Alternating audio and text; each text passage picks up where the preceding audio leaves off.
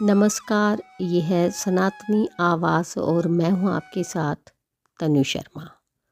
सनातनी आवाज़ में आज प्रस्तुत है शनि देव महाराज और राजा नल की कथा। राजा नल निषद देश के राजा थे जो अपने धर्म, सत्य और न्याय के लिए प्रसिद्ध थे।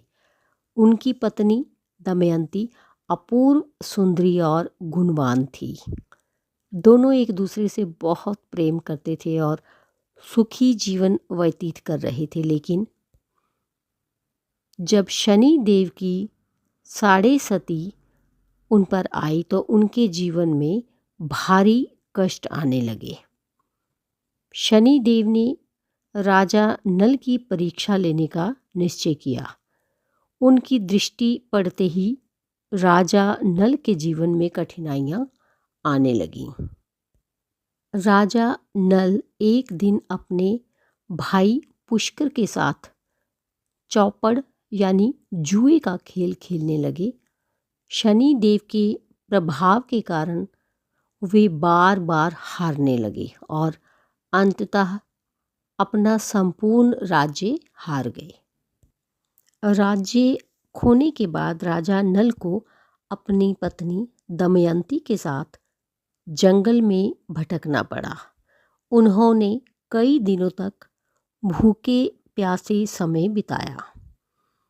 राजा नल अपनी पत्नी को कष्ट से बचाने के लिए आधी रात में उन्हें अकेला छोड़कर चले गए।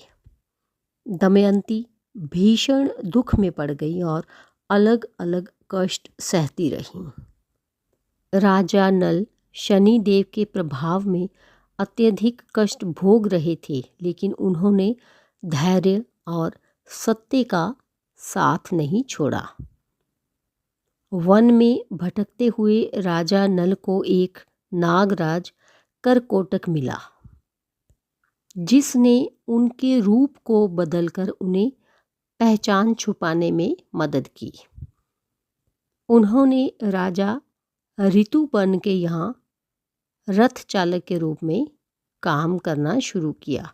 इस दौरान उन्होंने घुड़सवारी और संख्याओं की गणना का गूढ़ ज्ञान प्राप्त किया। दमयंती ने एक युक्ति अपनाई और राजा ऋतुपर्ण को बुलाया, जिससे नल और दमयंती का पुनर्मिलन हुआ।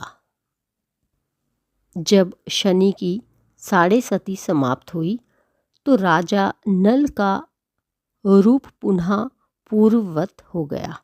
उन्होंने पुष्कर को फिर से चौपड़ में हराया और अपना राज्य वापस पा लिया।